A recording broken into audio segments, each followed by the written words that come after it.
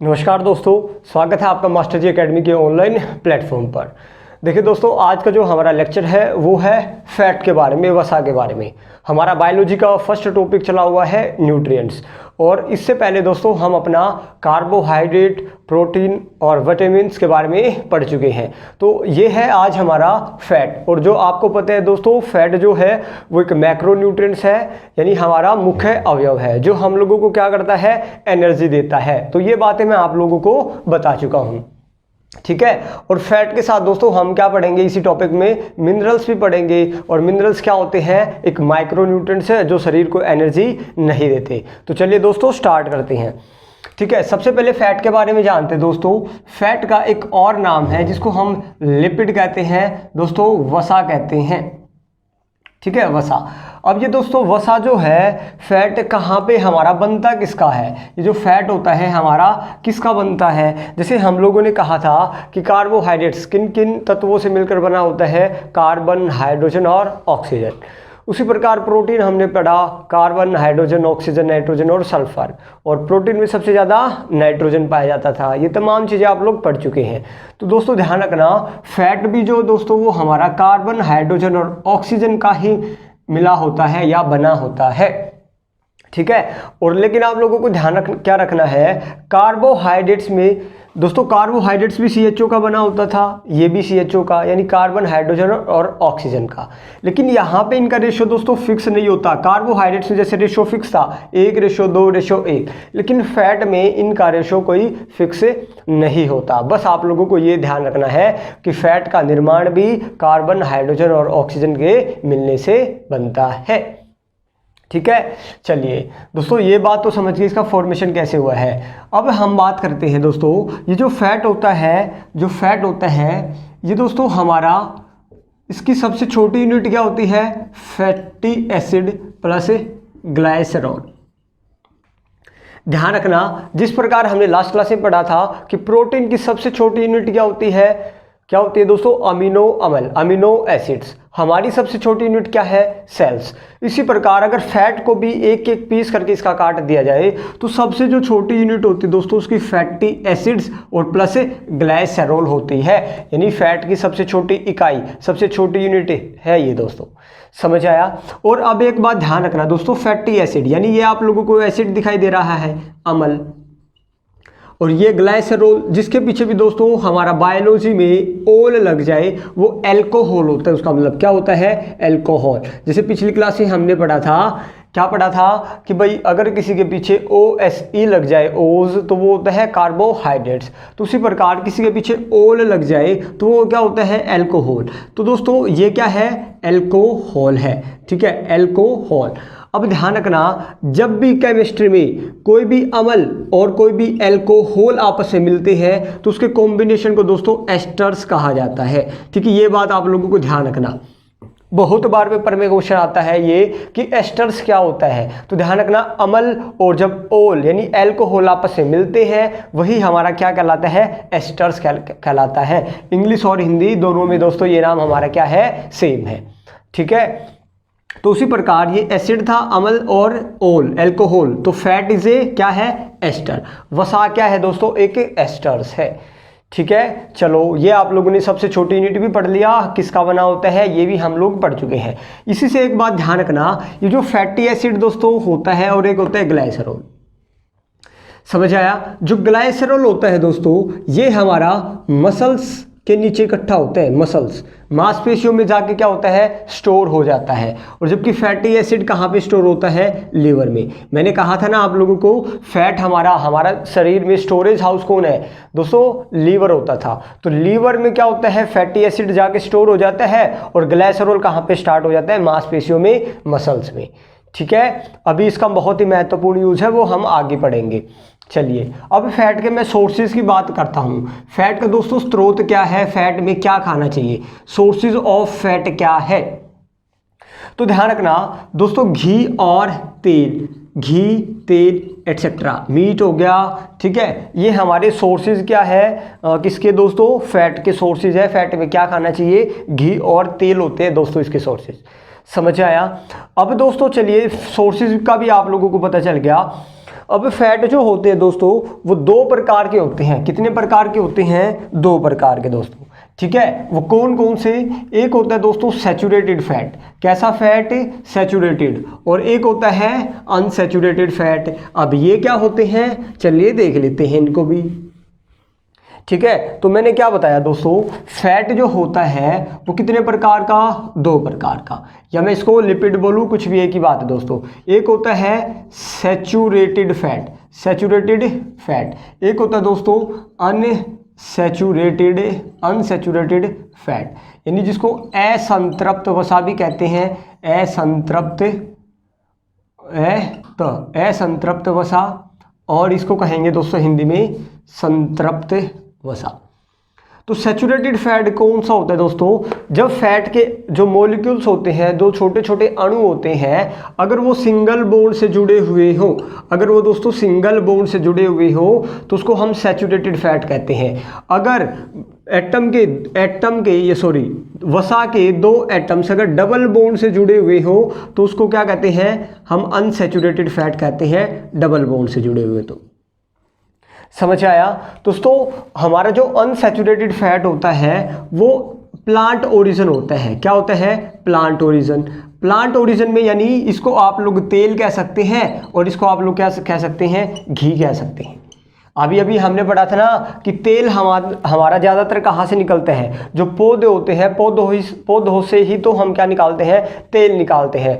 ठीक है, जैसे कि एग्जाम्पल क्या हो गया दोस्तों? सरसों का तेल, जिसको मस्टर्ड ऑयल भी कहा जाता है। ठीक है, फिश का ऑयल हो गया, मछली का तेल हो गया। ये एक्सेप्शन है इसका दोस्तों, ध्यान रखना। फिश ऑयल भी इसी में आता है, अनसैचुरेटेड फैट में। ठीक है, सरसों का तेल हो गया, जैतून का तेल हो गया दोस्तों, ऑलिव ऑयल जिसको कहते हैं, जैतून तेल। ठीक है, और सनफ्लावर का, सूरजमुखी का तेल हो गया दोस्तों। तो ये सारे के सारे हमारे कैसे तेल होते हैं दोस्तों? कैसे? अनसैचुरेटेड फैट कहते हैं इनको हम लोग। समझ आया? जिनके एटम से डबल बॉन्ड से जुड़े हुए होते हैं। और दोस्तों ये होते हैं हमारे एनिमल ओरिजिन के, यानी पशुओं से प्राप्त करते हैं। ये करते हैं पौधों से प्राप्त, ये प्रकार का वसा। पशुओं से कौन कौन सा? पशुओं से घी ही तो निकलता है दोस्तों। तो आप लोग लिख सकते हैं वनस्पति घी। ठीक है, या देसी घी। वनस्पति घी, देसी घी, मीट हो गया, मांस हो गया। ठीक है, वनस्पति को इंग्लिश में भी वनस्पति घी ही बोलेंगे दोस्तों। ठीक है, वनस्पति घी। तो मे भी आप लोग समझ गए, हमने बताया फैट दो प्रकार का, सैचुरेटेड और अनसैचुरेटेड।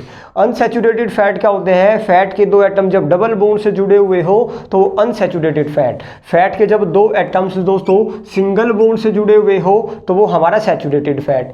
अब संतृप्त और असंतृप्त होता क्या है अगर बताऊं तो भाई, जो प्लांट ओरिजिन, जिनकी उत्पत्ति प्लांट से होती है, प्लांट से क्या क्या हम तेल निकालते हैं प्लांट से, और एनिमल से क्या निकालते हैं? घी निकालते हैं। तो वनस्पति घी, देसी घी यहाँ पे एग्जाम्पल हो गया। और पौधों से कौन कौन से तेल निकलते हैं? और भी बहुत सारे होते हैं, सरसों का, फिश का, जैतून का, तो एटसेट्रा, ये हमारे दोस्तों यहाँ पे होते हैं। समझ आया?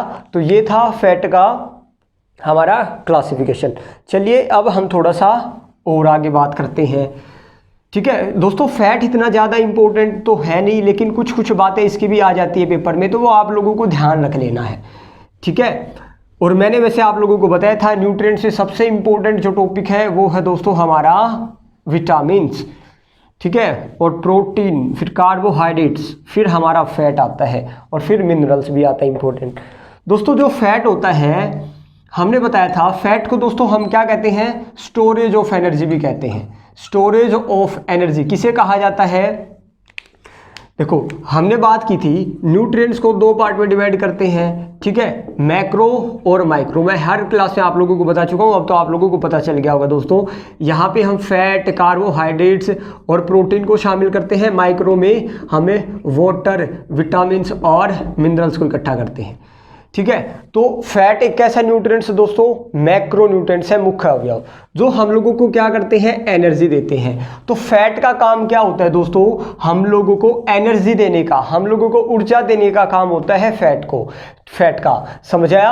और फैट जो होता है दोस्तों तुरंत एनर्जी नहीं देता, ये हम फैट खाते हैं, घी तेल खाते हैं तो क्या करता है, ये हम लोगों को बाद में एनर्जी देता है, ठीक है, बाद में एनर्जी। फॉर एग्जांपल मान लो कोई व्यक्ति डाइटिंग करता है दोस्तों, डाइटिंग करता है तो वो कार्बोहाइड्रेट्स तो लेता नहीं, खाना वगैरह नहीं खाता, लेकिन फिर भी उसकी लगातार एनर्जी चली हुई रहती है, तो उसको एनर्जी कौन दे रहा है हमारे शरीर में, तो उसको एनर्जी दोस्तों हमारे फैट से मिल रही है, क्योंकि फैट ने हमारे अंदर स्टोर करके रखी एनर्जी। और कहाँ पे स्टोर होती है, या तो लीवर में या हमारा मसल्स के नीचे, ठीक है, या मतलब स्किन के नीचे मसल्स में, ठीक है, तो वहां पे स्टोर होता था, हमने बात की।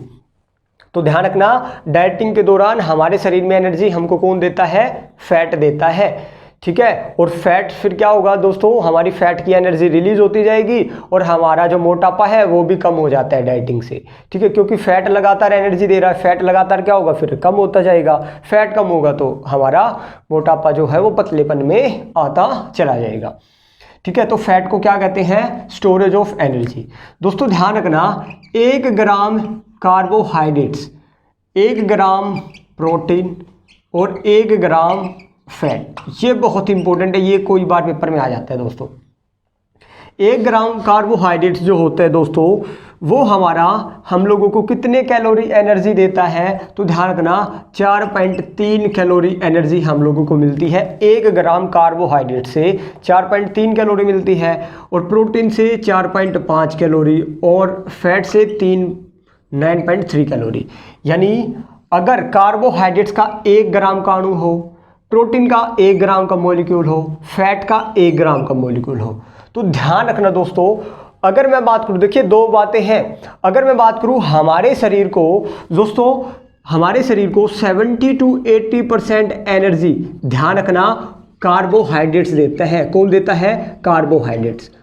और हमारे शरीर को दोस्तों 15 से 20% एनर्जी किससे मिलती है, फैट से, और लेफ्ट एनर्जी हमारे शरीर को कौन देता है, प्रोटीन देता है। तो शरीर को सबसे ज़्यादा एनर्जी किससे मिलती है, कार्बोहाइड्रेट से। लेकिन ध्यान रखना, 1 ग्राम कार्बोहाइड्रेट लो और 1 ग्राम फैट लो और 1 ग्राम प्रोटीन लो, तब सबसे ज़्यादा एनर्जी किस में होती है, फैट में होती है। आप लोग देख सकते हैं लगभग दुगना, समझ आया। तो दोस्तों फैट का एक मॉलिक्यूल्स में सबसे ज़्यादा एनर्जी होती है, कार्बोहाइड्रेट से भी दुगनी एनर्जी होती है। तो फिर आप कहोगे हम फैट क्यों नहीं ज़्यादा लेते, क्योंकि दोस्तों फैट जो होता है वो हमारे कोलेस्ट्रॉल, आप लोगों ने सुना होगा, फैट जो होता है वो हम ज़्यादा क्यों नहीं लेते, क्योंकि इससे दोस्तों हम लोगों को डायबिटीज़ या हार्ट की डिजीज़ आ जाते हैं, हृदय रोग आ जाते हैं ज़्यादातर फैट खाने से। यानी क्या होता है, देखो ये हमारी मान लो नसें हैं और नसों से हमारा ब्लड बह रहा है दोस्तों, ब्लड वीन्स बह रहा है, ठीक है। अगर लगातार हम फैट लेते रहेंगे तो अभी हमने बताया था फैट खाते रहेंगे तो कहाँ पे स्टोर होगा, जो ग्लाइसरोल होता था वो कहाँ पे स्टोर होगा, हमारे दोस्तों मसल्स में, ठीक है। दोस्तों लगातार फैट हमारी नसों में जमा होता रहेगा और एक दफ़ा ऐसा आ जाएगा कि ये इस हमारी जो नस है इसको ही पूरी तरह क्या कर देगा, बंद हो जाएगी, यानी ब्लॉकेज ऑफ आर्टरीज हो जाती है। आप लोग अभी आर्टरीज और विंस आप लोगों ने सुना होगा, धमनियां और शिराएं, अभी उस पर मत जाओ, वो हम ब्लड में पढ़ेंगे, ठीक है, रक्त वाले टॉपिक में। अभी ध्यान रखना कि ज़्यादा फैट खाने से या एक्सेस कोलेस्ट्रॉल लेने से जो फैट होता है वो हमारी नसों में क्या हो जाता है दोस्तों, जम जाता है, जिससे क्या होगा, फ्लो ऑफ ब्लड क्या हो जाएगा, रुक जाएगा। ये जो ब्लड है ये आगे नहीं जा पाएगा, और आगे नहीं जा पाएगा तो हमारे ऑर्गन्स धीरे धीरे क्या हो जाएंगे, क्षतिग्रस्त होना शुरू हो जाते हैं, समझ आया। क्योंकि हमारे हर एक ऑर्गन्स को क्या चाहिए भाई, ब्लड चाहिए, ऑक्सीजन चाहिए, समझ आया। अगर ब्लड ही रुक गया तो ब्लड आगे नहीं जा पाएगा, हार्ट भी हमारा खराब हो जाएगा, तमाम ऑर्गन्स हमारे खराब हो जाएंगे। तो इसलिए हम लोग ज़्यादा फैट नहीं लेते हैं, समझ आया। तो अत्यधिक फैट डायबिटीज़ का कारण हो सकता है, और बीपी का कारण, बीपी बढ़ना भी दोस्तों, ब्लड जो प्रेशर है वो भी इंक्रीज हो जाता है अत्यधिक फैट लेने से, ठीक है। और फैट अगर ना लेंगे तो भाई पतलापन आ जाता है, कम हमारा क्या होगा, वजन कम हो जाएगा, शरीर की वृद्धि भी रुक जाती है, ठीक है। तो ये हमारी कुछ बातें थी। तो ये ध्यान रखना आप लोग कि 1 ग्राम कार्बोहाइड्रेट ज़्यादा एनर्जी देता है या 1 ग्राम फैट, तो फैट से ज़्यादा एनर्जी मिलती है। लेकिन हमारे शरीर को एनर्जी सबसे ज़्यादा कौन देता है? तो वो कार्बोहाइड्रेट्स देता है। समझ आया? ठीक है, तो दोस्तों ये था हमारा फैट से रिलेटेड तमाम कुछ हमारी इम्पोर्टेंट बातें थी। ठीक है, तो हमने बात की, एक एक बातें लिख लेना कि एक्सेस कोलेस्ट्रॉल या कोलेस्ट्रॉल की अधिक मात्रा होने से क्या हो जाता है? ब्लॉकेज ऑफ आर्टरीज हो जाती है, धमनियों में रुकावट हो जाती है दोस्तों। ठीक है, तो एक छोटा सा ध्यान रखना, अभी अभी हमने बताया था इन द ह्यूमन बींग्स मनुष्य में फैट कहाँ पे डिपॉजिट होता है दोस्तों? वसा, फैट इज डिपॉजिट इन कहाँ पे? एडिपोज टिश्यू, लीवर और एडिपोज टिश्यू। ठीक है, fat is deposit in below the skin. दोस्तों ह्यूमन बींग से जो त्वचा के नीचे एक उत्तक होते हैं, एक टिश्यू होता है एडिपोज टिश्यू। एडिपोज टिश्यू के नीचे हमारा क्या होता है? फैट स्टोर होता है, वो ग्लाइसरोल वाला जो हमने मसल्स में बताया था। ये क्वेश्चन आया हुआ क्वेश्चन है कि हमारा कौन सी टिश्यू में फैट डिपॉजिट होता है? तो एडिपोज टिश्यू में हमारा एक्सेस फैट क्या होता है? डिपॉजिट हो जाता है।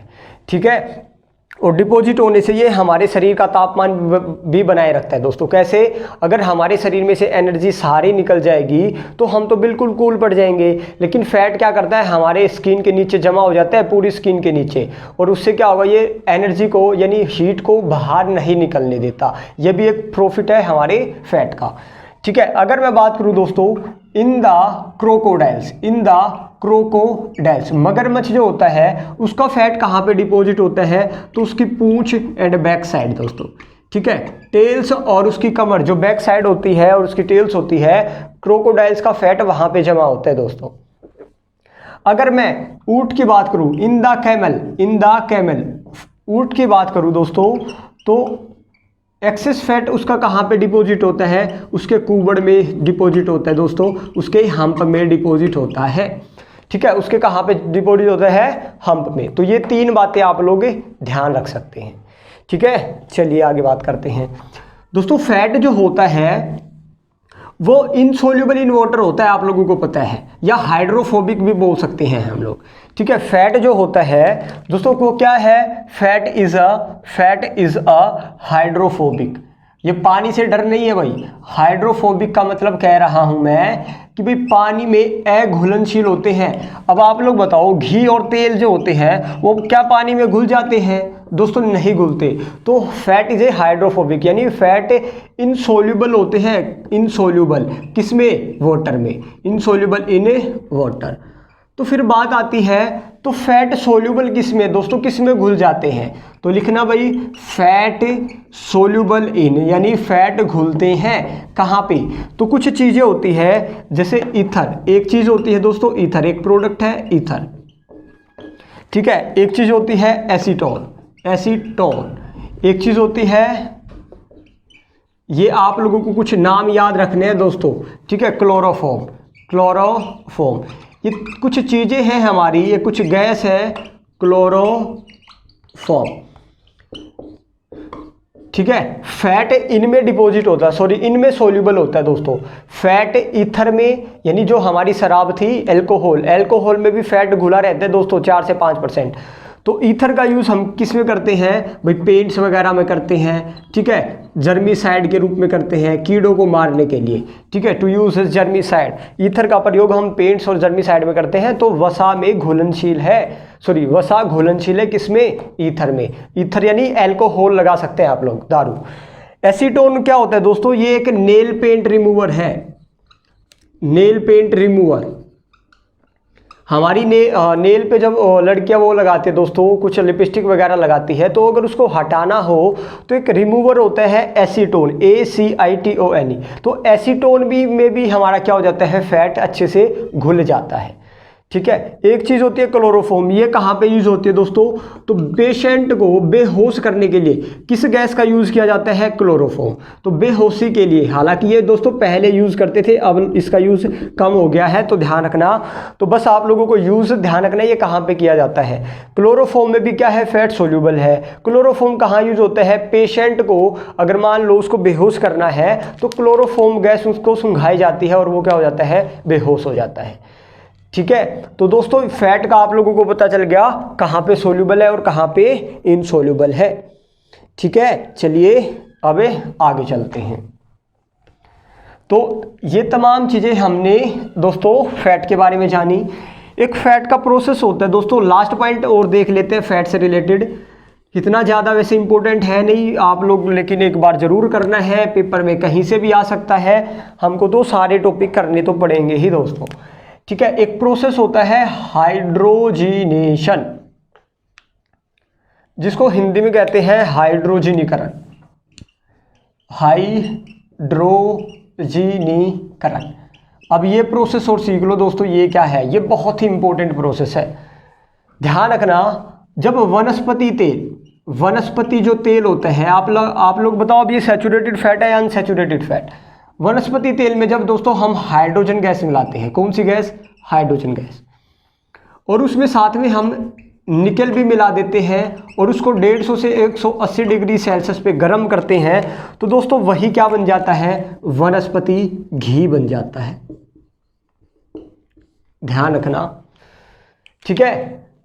यानी हम क्या करते हैं दोस्तों, तेल जो होते थे अनसैचुरेटेड फैट होते थे, अनसैचुरेटेड फैट को सैचुरेटेड फैट में कन्वर्ट करने का प्रोसेस ही क्या होता है, हाइड्रोजनीकरण प्रोसेस होता है, आप लोग कह सकते हैं। या वनस्पति तेल से हम लोगों को वनस्पति घी बनाना है तो कैसे बनता है, उसमें हाइड्रोजन गैस मिलाएंगे और उत्प्रेरक के रूप में निकल मिलाएंगे। ये जो निकल है हम लोगों ने कैटालाइसिस के रूप में मिलाया है दोस्तों। अब ये उत्प्रेरक क्या होता है, अब इसको ध्यान से सुनना।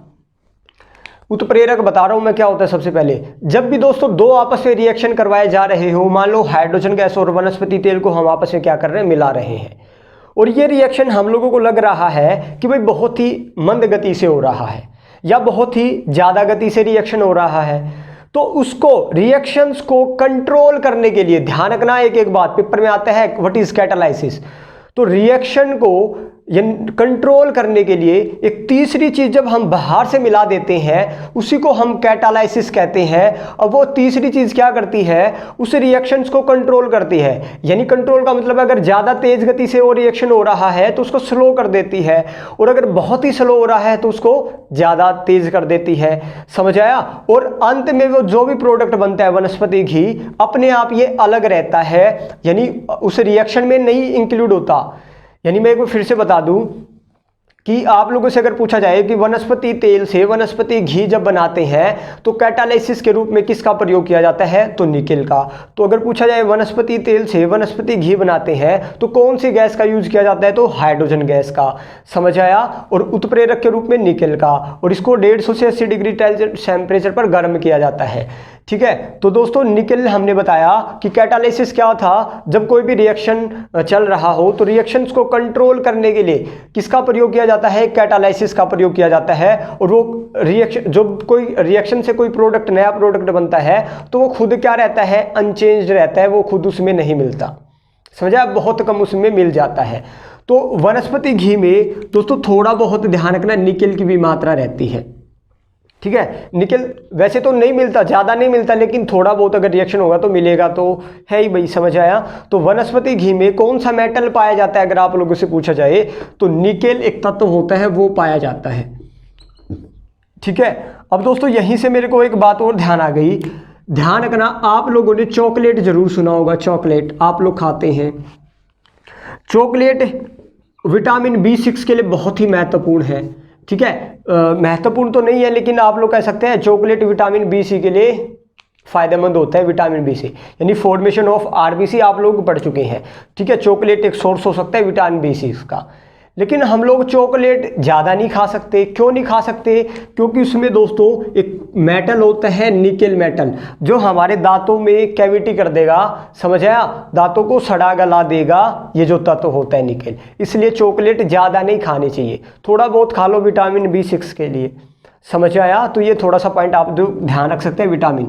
और एक विटामिन दोस्तों B12 जो होता है, ये इसी को हम आप लोगों को पता है ब्लू विटामिन भी कहते हैं, ब्लू विटामिन।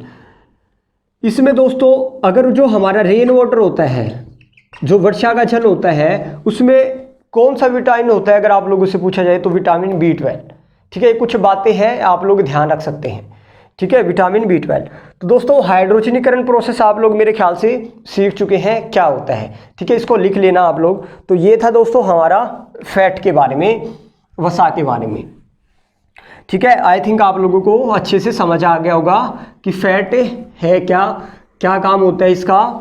फैट का दोस्तों हमारे शरीर में क्या करना, वजन बढ़ाना, ठीक है, और हमारे शरीर को एनर्जी देना, तापमान हमारे शरीर का बनाए रखना, ये तमाम कुछ हमारे काम थे फैट के, ठीक है।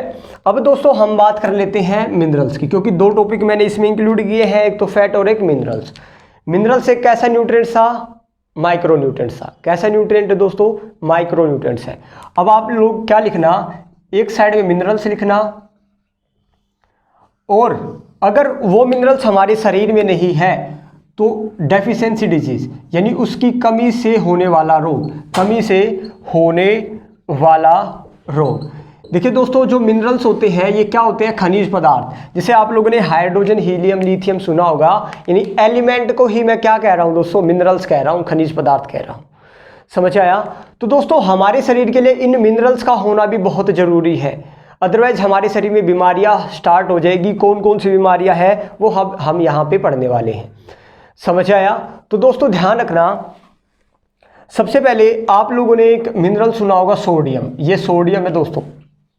और मिनरल्स हम लोग कोई स्पेशल नहीं लेते, ये हम जो खाना खाते हैं खाने के साथ हमारे मिनरल्स मिले रहते हैं और वही हम ले लेते हैं। ये नहीं है कि सेपरेट रूप से हम सोडियम खा रहे हैं या सेपरेट रूप से आयरन खा रहे हैं, सेपरेट रूप से कैल्शियम खा रहे हैं, ऐसा नहीं होता दोस्तों, ठीक है। तो ये हम लोग जो खाना खाते हैं, वेजिटेबल्स खाते हैं, उनमें ऑलरेडी होते हैं और वही हम लोग खा लेते हैं। तो दोस्तों ध्यान रखना, एक सोडियम है, पोटेशियम है, कि पोटेशियम का सिंबल के होता है दोस्तों, पोटासियम, ठीक है। सोडियम और जो पोटेशियम होते हैं दोस्तों ध्यान रखना, ये हमारे नर्वस सिस्टम, तंत्रिका तंत्र और हमारी जो मसल्स होती है, मांसपेशियों को कंट्रोल करते हैं दोस्तों, को कंट्रोल करने का काम, को नियंत्रण करने का काम किनका होता है, सोडियम भी और पोटेशियम भी। समझ आया। अगर आप लोगों से पूछा जाए कि ब्रेन में सबसे ज़्यादा मात्रा में कौन सा मेटल पाया जाता है, तो वो सोडियम पाया जाता है दोस्तों। नर्वस सिस्टम का संबंध किससे है, ब्रेन से ही है, तो ब्रेन को कंट्रोल करने का काम, यानी अगर सोडियम की कमी हो जाती है तो हमारा ब्रेन भी काम करना दोस्तों बंद कर देता है। तो बहुत ही इंपॉर्टेंट है, हमारा नर्वस सिस्टम और मसल्स को कंट्रोल करने का काम कंट्रोल कौन करता है, सोडियम करता है। अगर ये नहीं होगा तो वही बीमारी हो जाएगी। मसल्स को कंट्रोल करने का काम है। अब जो हम हिला पा रहे हैं अपनी मसल से, ठीक है, ये किस वजह से हिला पा रहे हैं, अगर हम लोगों में नमक की कमी हो गई, ये दोस्तों इसका सोर्स क्या है, हम जो नमक खाते हैं उसमें तो भी मिला रहता है ना सोडियम, ठीक है। नमक बहुत ही ज़रूरी है। क्यों ज़रूरी है आप लोगों को पता चल गया। नमक नहीं खाएंगे तो हमारा नर्वस सिस्टम या हमारी जो मांसपेशियां है वो मूवमेंट नहीं कर पाएगी और पैरालाइसिस भी हो सकता है, लकवा भी लग सकता है, ठीक है। तो बहुत ही ज़रूरी है सोडियम और पोटेशियम। दोस्तों पोटेशियम तो इसको ध्यान रखना, इसको प्राइमरी मिनरल्स भी कहते हैं, प्राथमिक खनिज पदार्थ। प्राइमरी मिनरल्स किसे कहते हैं, पोटेशियम को, क्योंकि लगभग हर एक भोजन में आप लोगों को पोटेशियम देखने को मिलता है। एक बार पूछा जा चुका क्वेश्चन है, तो ध्यान रखना प्राथमिक मिनरल्स किसे कहा जाता है, पोटेशियम को, ठीक है। ये इनका यूज़ आप लोग सीख चुके हैं। एक चीज़ होता है दोस्तों कैल्शियम, ठीक है, कैल्शियम है, फॉस्फोरस है, ये भी हमारे लिए बहुत ज़रूरी है। कैल्शियम हो गया, फॉस्फोरस हो गया। दोस्तों जो कैल्शियम होता है वो हम लोग दूध में पीते हैं, दूध जो पीते हैं उससे कैल्शियम मिला रहता है, तो वो किसके लिए हेल्पफुल है, वो हमारी बोन्स के लिए, हड्डियों के लिए दोस्तों हमारा कौन महत्वपूर्ण होता है, कैल्शियम भी। हड्डियाँ हो गई, दांत हो गए, टीथ हो गए, तो हड्डियाँ और दांत स्ट्रेंथ मजबूत किससे होते हैं, कैल्शियम और फॉस्फोरस से ही होते हैं। समझ आया। और दोस्तों अगर कैल्शियम से आप लोगों को एक बात और ध्यान आई होगी कि कैल्शियम जो होता है वो ब्लड क्लोटिंग में भी हेल्प करता है, रक्त का थक्का जमाने में भी हेल्प करता है।